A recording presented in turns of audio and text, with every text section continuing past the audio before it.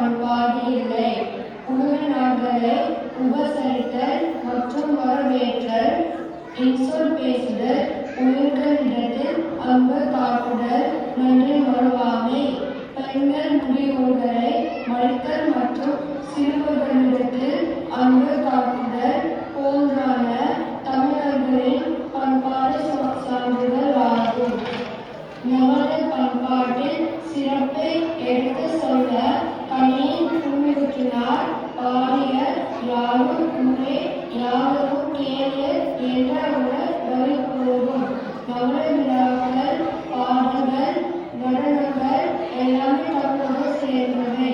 தமிழ் ஒரு பண்பாட்டு மொழி, தமிழ் ஒரு அழுத்த மொழி. நமது பண்பாடு தமிழ். அனைவருக்கும் வணக்கம். தமிழ் மொழியில் மற்றொரு தனித்துவம் அதன் செறிவான இலக்கண அமைப்பாகும்.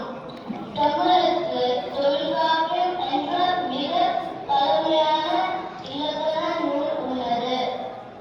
ஒரு மொழிக்கான இலக்கணத்தை எழுத்து, சொல் மற்றும் பொருள் என்ற தலைப்புகளில் வகுத்துள்ளது தொல்காப்பியம். இது தமிழ் மொழிக்கே உரித்தான தனிச்சிறப்பாகும்.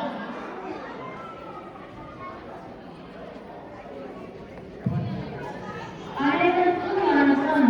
இப்போது நான் சொல்ல போவது மிக முக்கியமான கீழடி அகழ்வாராய்ச்சி பற்றி. உலகின் பழமையான மொழி தமிழ் என்று உறுதிப்படுத்தும் விதமாக கீழடியில் நடந்த அகழ்வாய்வில் 2000 ஆண்டுகளுக்கு முன்பே பழந்தமிழர்கள் நாகரிகமாக வாழ்ந்து கண்டறியப்பட்டு ஆவணப்படுத்தப்பட்டுள்ளது. வைகை நதி கரையான கீழடியில் பாறையில் தமிழ் எழுத்துக்கள் கிடைத்தன.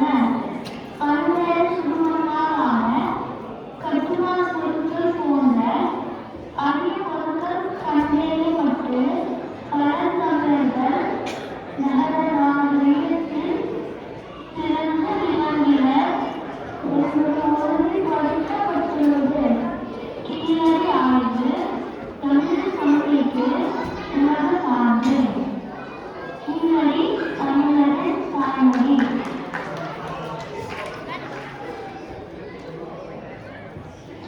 உலகளாவிய தமிழ் நமது தாய்மொழியான தமிழ் இந்தியாவில் மட்டுமல்லாமல் இலங்கை, சிங்கப்பூர், மலேசியா போன்ற பல நாடுகளிலும் தமிழ் பேசப்படுகிறது. சில நாடுகளில் ஆசிய மொழியாகவும் தமிழ் இருக்கிறது. இன்றைய கேள்வியில் மனிதர்கள் ஆகியார்களோ ஆங்கிலம் தமிழர்களும் ஆகியார்கள் என்று கூட சொல்லலாம். நம்மை போன்று உலகம் முழுவதும் பல்வேறு தமிழ் பள்ளிகள் தமிழ் விழாக்கள் நடக்கின்றன. தமிழ் என்று உலக மொழி.